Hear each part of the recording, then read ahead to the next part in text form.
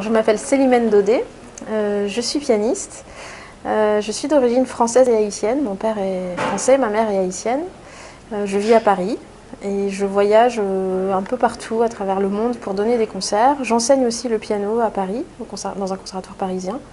Et un projet important pour moi est un projet que j'ai monté en Haïti qui s'appelle le Haïti Piano Project et pour lequel j'ai fait venir un piano de concert en Haïti et créé un festival. Ah, le piano, c'est une grande histoire d'amour quand même, le piano. En fait, quand j'étais enfant, mes parents écoutaient beaucoup de musique à la maison, musique classique surtout. Ils ne sont pas musiciens, mais ils aimaient beaucoup la musique. On écoutait de la musique classique, du jazz, enfin beaucoup de choses. Et je me souviens avoir demandé, quand j'étais petite, à jouer du piano. Parce que le son m'attirait et parce que j'avais aussi une copine d'école qui faisait du piano et ça me donnait envie de faire la même chose. Donc j'ai commencé des leçons de piano. Et très vite, en fait, j'ai eu une sorte de coup de foudre pour cet instrument. C'est devenu presque comme mon meilleur ami, en fait. Je me souviens que je rentrais de l'école et je me jetais sur le piano pour travailler, pour travailler mes morceaux. Voilà. Et j'ai appris, en fait, aussi la rigueur du travail du piano qui demande beaucoup d'implication, même quand on est enfant. Et moi, c'est quelque chose dans lequel je me réfugiais. C'était un peu mon moyen d'expression préféré. Et donc j'ai suivi un parcours très traditionnel. J'étais au conservatoire à Aix-en-Provence, la ville où je suis née. J'ai suivi tout le cursus au conservatoire. Ensuite je suis venue à Paris où je me suis formée dans un conservatoire parisien. Ensuite je suis allée au conservatoire national supérieur de musique de Lyon, puis au conservatoire national supérieur de musique de Paris, qui sont en fait les deux grandes écoles pour former des musiciens professionnels. Et voilà. Et ensuite, je suis rentrée petit à petit dans le monde professionnel. Et j'ai commencé ma carrière progressivement.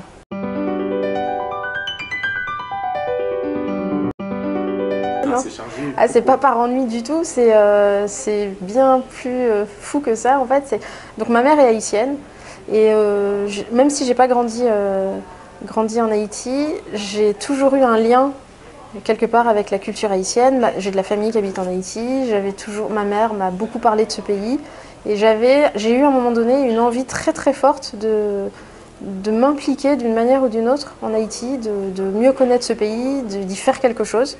Et je me suis dit que la chose que je savais faire le mieux, c'était de la musique classique, et que je voulais partager ça avec les Haïtiens, avec le pays. Donc j'ai imaginé ce projet de me rendre en Haïti et d'y concevoir un festival international de piano, parce que j'avais une conviction quand même, c'était qu'on parle souvent d'Haïti en termes... voilà, c'est un pays qui est en difficulté, etc. Il y a toujours des choses assez lourdes associées à Haïti.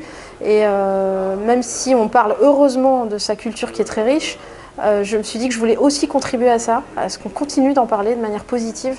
Et je voulais qu'il y ait aussi en Haïti un beau festival de musique classique et que ce ne soit pas réservé à Paris, Berlin, Tokyo ou New York, mais que aussi à Port-au-Prince et à Jacmel où j'ai imaginé ce festival, qu'il y ait la même qualité artistique, la même qualité d'organisation, etc. C'était ça mon fantasme en fait, en quelque sorte. C'était ma conviction on peut donner le meilleur de nous-mêmes à Paris, à Berlin ou à Port-au-Prince. Dès la première année en fait, qui était donc en 2017, la première édition du festival est en 2017, il y a eu beaucoup de public qui est venu au concert. Des gens qui connaissaient la musique classique, d'autres qui ne connaissaient pas du tout la musique classique. Donc c'était quelque chose de très important pour moi de voir qu'il y avait un intérêt vraiment pour ce qu'on proposait. Et les retours ont été vraiment enthousiastes. Et ça m'a vraiment encouragée à poursuivre, à persévérer. Donc on a eu une deuxième édition en 2018 et en ce moment, avec mon équipe, on est en train de préparer la troisième édition qui aura lieu dans quelques semaines, en décembre 2019. Ah, on joue plein de choses, on joue du Bach, on joue du Schubert, on joue du Chopin, on joue tous les grands compositeurs classiques, mais pas uniquement.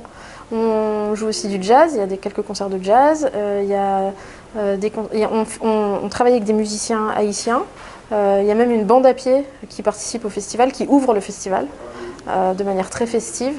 On travaille avec des artistes haïtiens où on mélange par exemple poésie et musique classique, slam et musique classique, peinture et musique classique. Donc on travaille avec des artistes qui vivent à Port-au-Prince et avec qui on collabore et on crée comme ça des rencontres un peu inédites entre deux univers Et on se rend compte, enfin moi je me suis vraiment rendu compte que c'était très très fort de partager comme ça nos cultures, nos expériences artistiques et d'essayer de créer quelque chose ensemble, même si on vient d'univers artistiques a priori différents. Ah oui, alors ça, j'en joue de plus en plus. J'en ai découvert, il y a maintenant 1 an, j'ai découvert un certain nombre de compositeurs haïtiens, donc par exemple Ludovic Lamotte, Justin Elie, Edmond Saintonge, Carmen Brouard, il y a plusieurs compositeurs et compositrices. Et j'ai trouvé les partitions grâce à une fondation canadienne, une association canadienne qui récolte les partitions de compositeurs haïtiens. Et j'ai commencé à les jouer en France, notamment dans des différents concerts. Et j'ai été vraiment contente de voir que le public a vraiment suivi. Ils ont vraiment aimé. Les gens m'ont demandé où est-ce qu'on peut trouver ces partitions, est-ce qu'on peut écouter les disques, etc. Donc c'est une musique que j'ai envie de continuer de défendre et de faire découvrir à un public plus large parce que quelques Haïtiens connaissent bien cette musique, mais elle n'est pas assez jouée à travers le monde. Donc maintenant, puisque moi j'ai la chance de pouvoir voyager et donner des concerts un peu partout, régulièrement je joue des compositeurs haïtiens.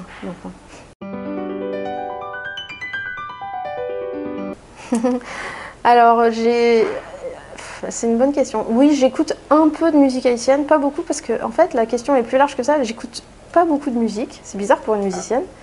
Parce que j'en fais toute la journée de la musique. Donc finalement, quand j'ai fini ma journée de travail, j'ai plutôt besoin de silence que de musique. Donc j'écoute un peu de musique. Je suis très curieuse, donc j'écoute beaucoup de musiques différentes quand j'en ai l'occasion. Et j'ai aussi besoin de moments de silence. Donc la musique haïtienne, j'ai écouté aussi du compas, du rara. Quand j'étais petite, on n'écoutait pas beaucoup de musique haïtienne, très peu. Peut-être quelques chansons, mais très peu. Et c'est maintenant, en fait, que comme je m'intéresse vraiment à la culture haïtienne au sens large, j'ai envie de découvrir les musiciens, les peintres, les écrivains, etc. Je prends un bain de culture. Ah oui, ça me parle. Ouais, ça me parle, j'adore la cuisine haïtienne. Et en fait, ma mère cuisinait des plats haïtiens quand j'étais petite. Donc voilà, alors j'ai grandi avec le riz au djonjon. Voilà, et ça reste. C'est une grande référence. C'est une grande référence et ça reste peut-être mon plat préféré. Si on veut me faire plaisir, on fait un riz au djonjon. Voilà.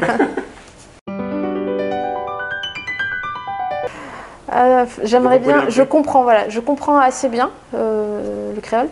Et mon objectif, que j'ai toujours pas atteint, c'est de parler créole bientôt, mais il faut que je prenne des cours, je pense, parce que sinon j'y arriverai pas. Alors, à chaque fois que je vais en Haïti, j'essaye d'apprendre des expressions en plus, mais c'est pas encore très concluant. Je ferai pas une démonstration là. C'est ça.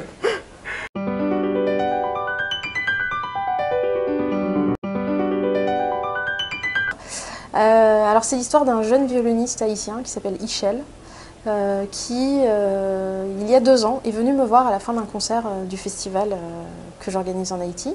Il est venu me voir et il m'a dit, voilà, j'ai 14 ans, je joue du violon et je voudrais que vous jouiez quelque chose à vous et aux violonistes français qui étaient là avec moi à cette date-là. Et moi, ce jour-là, je me souviens qu'on était pressés, il fallait vite remballer le piano après le concert, il faisait nuit, on n'avait pas le temps, et je lui ai dit malheureusement, non, je ne peux pas t'écouter, peut-être une autre fois. Et je me suis souvenue, 1 an plus tard, quand je suis revenue en Haïti, donc en novembre 2018, je me suis souvenue de ce jeune garçon parce que je me suis dit, il était courageux quand même de venir nous trouver et de nous demander comme ça, est-ce que vous pouvez m'écouter? Alors je l'ai recontacté. Et je lui ai proposé de venir participer à une masterclass de violon que nous organisions pendant le festival. Il est venu et il nous a joué du violon et on a été, alors moi j'étais là, il y avait aussi le violoniste Guillaume Latour qui est un violoniste français très reconnu et Guillaume m'a dit ce gamin est vraiment, vraiment talentueux. Voilà, on a vraiment été surprise par son talent, sa passion, il était étonnant quoi. Et je lui ai proposé, sans savoir dans quoi je m'engageais, j'ai proposé à Ichel de venir étudier en France parce que je voulais vraiment qu'il bénéficie d'un soutien, d'un accompagnement pour que son talent puisse vraiment éclore. Il m'a dit oui, je voudrais vraiment venir en France, voilà. Et j'ai beaucoup travaillé en fait pendant presque 1 an pour dépasser tous les obstacles administratifs afin de lui permettre de réaliser ce rêve. Alors je me suis engagée dans des démarches interminables pour alors il a 16 ans aujourd'hui, pour qu'il puisse en tant que mineur obtenir un visa, mais aussi lui trouver une famille d'accueil, un conservatoire qui l'accueille sans passer de concours d'entrée, etc. Un lycée, une bourse pour qu'il puisse vivre en France pendant 1 an. Et j'ai été beaucoup soutenue par le directeur du conservatoire d'Aix-en-Provence, d'où je viens, qui a tout de suite accepté de l'accueillir au conservatoire. Il a regardé des vidéos d'Ichel et il m'a dit « il a du talent, on le prend ». Et puis, de fil en aiguille, j'ai rencontré d'autres gens qui ont cherché une famille d'accueil, qui ont cherché une bourse pour financer son voyage, etc. Et puis, on a réussi, en fait, tous ensemble. 7 ou 8 mois plus tard, on a réussi à aller au bout. Et Ichel est arrivé en France il y a maintenant 2 semaines. Mi-octobre, il a atterri à Marseille, à l'aéroport de Marseille. Et c'est une nouvelle vie pour lui. Il a été accueilli par sa famille d'accueil. Il est au conservatoire, il est au lycée à Aix-en-Provence. Et il va, j'espère, passer une année vraiment enrichissante. J'ai eu au téléphone sa prof de violon il y a quelques jours qui m'a dit qu'il avait vraiment du talent et que c'était vraiment quelqu'un qu'il fallait soutenir. Donc moi, c'est une satisfaction énorme d'avoir pu tenir ma promesse et puis tout faire pour encourager un talent haïtien et lui proposer le meilleur cursus possible, les meilleurs professeurs.